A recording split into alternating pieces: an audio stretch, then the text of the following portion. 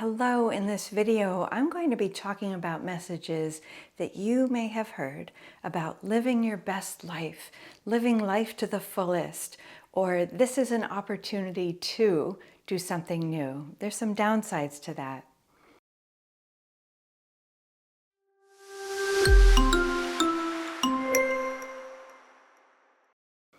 So these are some of the messages lots of people hear when they're done with treatment. This is a chance for you to figure out what really matters. This will make you a better person. This is a chance to do all those things you've always wanted to do and never felt you had permission. Listen, I get it. These are nice things for some people. Hearing you have a door you can walk through where the scenery's all bright and shining and colorful like in The Wizard of Oz is one thing. But this can feel like yet one more thing you are now told you have to do. It can be a chore or a burden. Listen, you're just getting through one day at a time. Your body needs to heal. You need to recover from everything you've been through. And being told that you should make meaning of this, which maybe we've even talked about in some of our videos, can be actually oppressive if you're not in the mood. Your recovery, your life after cancer, can start to feel like a performance. Should I be on social media? Everybody else is there saying all the wonderful things that have happened, or conversely, all the terrible things that have happened. Social media makes normal look different from what actual normal is like. Now, this isn't the case for everybody. We've worked with lots of people here at Yerbba who have been able to put their lives back together in meaningful ways. But if this doesn't resonate with you, you are not alone. People with whom this doesn't resonate don't go on social media because they're so busy healing. Your body has to heal at the cellular level, at the psychological level, at the spiritual level, at the social level, at the financial level. There's so many things that you need to do just to rebuild that walking through a door where everything's in Technicolor doesn't feel quite right, and we get that too.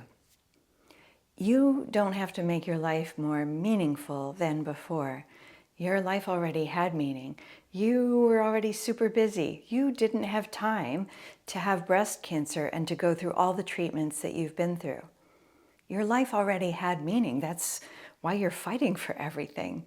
You don't have to have a purpose sprint, something to make yourself bigger and bolder and make your life bigger and bolder. Again, if this resonates with you, that's great. But for so many people, these messages can feel like one more thing I have to do. I have to make an appointment with my purpose so that I can achieve this bright, beautiful future.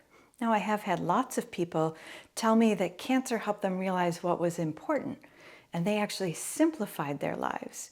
You don't have to make your life more complicated. You don't owe anyone a reinvention of yourself. Just getting through one thing at a time might be the right thing in this moment. Instead of asking, how can I make my life more meaningful?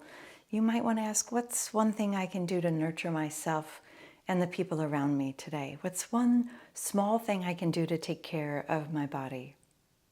Let's say you're watching this and you're protesting, but I want to find my life purpose. I really want to use breast cancer as a reset. How do I go about doing it? I would recommend you start with identifying your values. There are values identifiers you can find online, and we can actually put a link to one in the chat below. But your values are the 3 or 4 or maybe 5 things that you stand for. These are things that are the best about you. Think of times you were at your best.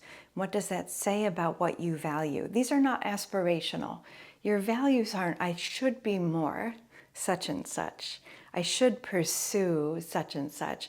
These are things that you can tell a story about that show you at your best. It might be that you're fierce. It might be that you're patient. It might be that you're compassionate or loving. It might be that you're super organized. Stories of you at your best. You might have to ask other people around you for some of those stories. Tell me a story about me at my best, and see if from that you can distill, what do you stand for? Once you know your values, you can also figure out your motivators.